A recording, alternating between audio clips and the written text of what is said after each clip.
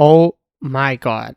I mean, I think that's how I have to react to that game because Spain go to the World Cup final while absolutely schooling France 2-0. And 2-0 is probably nice to France, probably complimentary to France given how that game went. My goodness. I thought France was going to win the World Cup and I thought Spain would lose to France. I thought it was tight. I thought it was based on Lamine Yamal, which given the game and how it went, it probably was. But even beyond that, I cannot believe how big the gap looked to be given the quality that these teams both should have.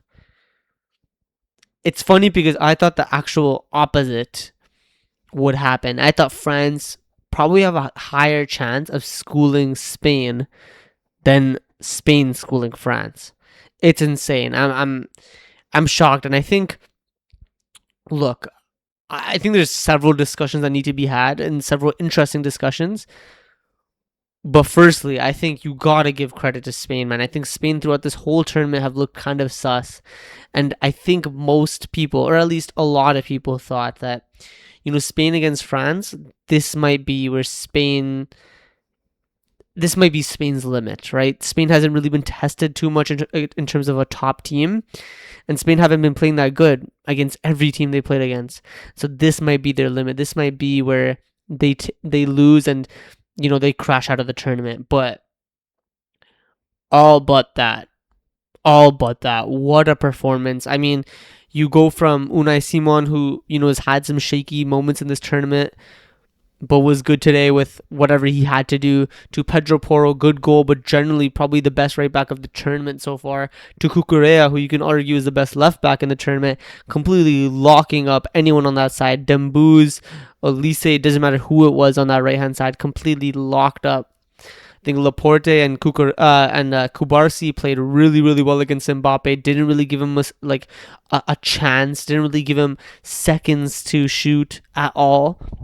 On top of that, kept forcing the line to make him offside. I think this guy had like 4 or 5 offsides in a few minutes. It reminded me of that Barcelona against Real Madrid game, which was embarrassing for Mbappe.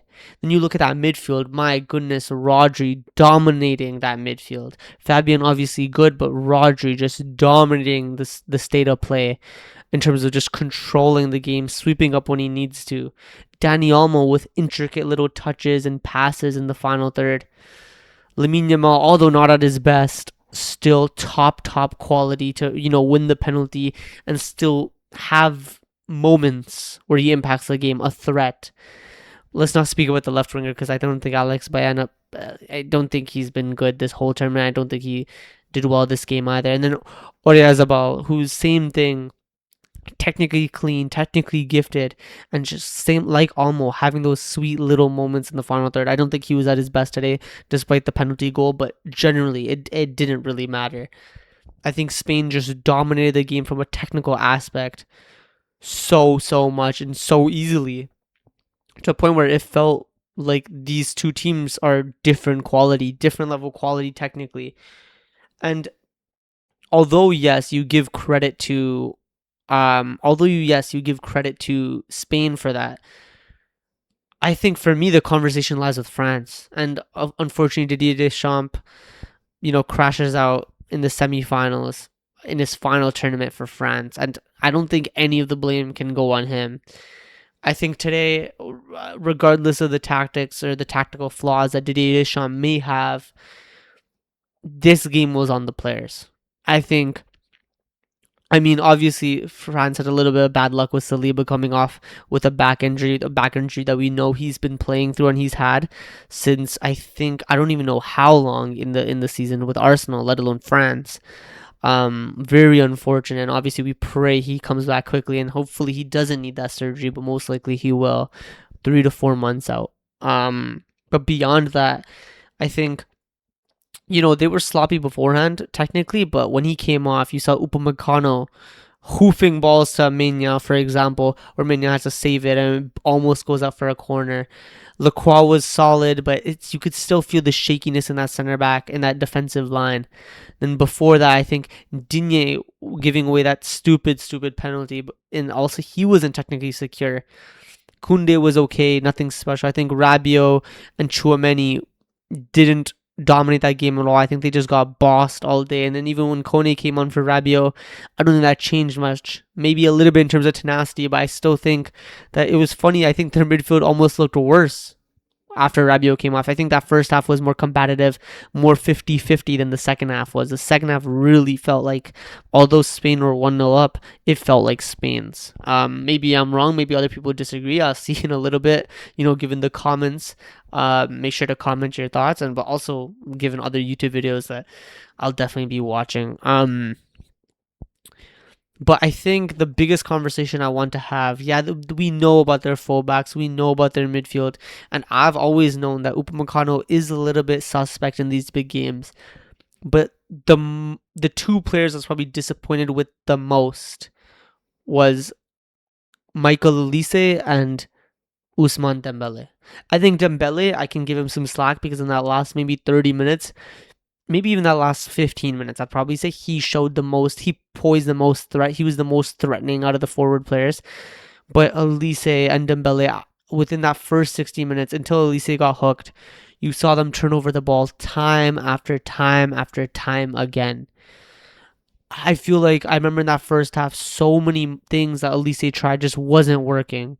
None of it was working. He was absolutely locked up by Cucurella.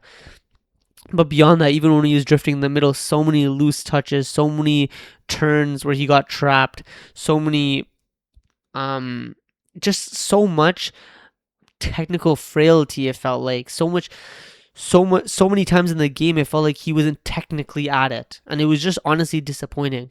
Obviously, we love the flair that Olise brings, but that has to come with some sort of technical security. And I felt like for me, at one point in the game, you give Olise the ball and he felt like he was going to lose it. And obviously, when this is one of your star players and probably your main provider to Mbappe, it doesn't serve well. And the fact that he got hooked in the 73rd minute for Cherki, who is, let's be honest, not good in like by himself, kind of shows where that performance lied. I think, if Olise was any other player and if Olise was Dembele, for example, or if Olise didn't have the tournament he had previous to this game, he probably would have been hooked at halftime because that performance was dreadful and not the performance you expect from one of your two-star players in a World Cup semifinal. I know people were coming into this game thinking that, this might be player of the tournament so far. With that type of performance, you immediately get dragged out of those conversations. That was a horrible performance. And you go beyond that to Dembele, and it was the same thing. Dembele not as bad, Dembele not as much, but there were a few times, for example, where he'd pass into the middle of the park to Olise or to someone else, and it would go completely too far ahead, too far behind, and it would be a turnover consistently throughout that first half, especially. And when a Ballon d'Or winner, the only Ballon d'Or winner in your team, and your quote unquote most valuable player, most important player, your best player in the tournament so far, or one of them at least, Michael Olise, doesn't turn up, what more can you expect? I think Mbappe didn't really impact the game too much. I think he tried, but he was, the high line caught him a few times with offsides, and on top of that, I think he didn't really have too much service. And he tried to create, he tried to drop deep, he tried to create, but honestly, the way his teammates around him, that rest of that forward line, were not helping. It was him by himself. I felt like the only threat until that last 15 minutes was consistently Mbappe, and that might not have been even related to the performance. That might have just been related to the player profile, someone who can create something out of nothing. But honestly, completely disappointing when it comes to France. And it's honestly, first of all, it's sad given some of the players and how they perform, but beyond that, to be getting dogged and owned this much by an 18-year-old, my goodness, it's sad. I know he's 19 shortly, but for a country to get owned by another country in this way. 3 exits, 3 summers in a row to the same country. It's sad. And Mbappe's story was looking to be one of the best stories in terms of 3 finals in a row, maybe 2 wins, 1 final. For it to pan out like this, where his teammates just did nothing to help him, It's kind of sad, and maybe some people will be slandering Mbappe after this game, but I cannot blame Mbappe at all. I mean, you look at, like I said, the players that are supposed to service him didn't really provide good service. But then beyond that, you look at just the technical quality that the midfield and defensive line were showing. They barely were even able to progress the ball to the point where Kiki could impact the game. And I think all of that just comes down to underwhelming French performers. And Zidane, when he takes over for the next tournament in 2028, will have some reflecting to do in terms of how he sets this team up for the future and who he can trust in the big moments and in general. Because look, Elise, I feel like he has stepped up in big games before, but man, this game is not that type of game in a World Cup semifinal. Is not a good game to have on your resume. But yeah, so now Spain in the final, and tomorrow we'll see whether they meet England or Argentina.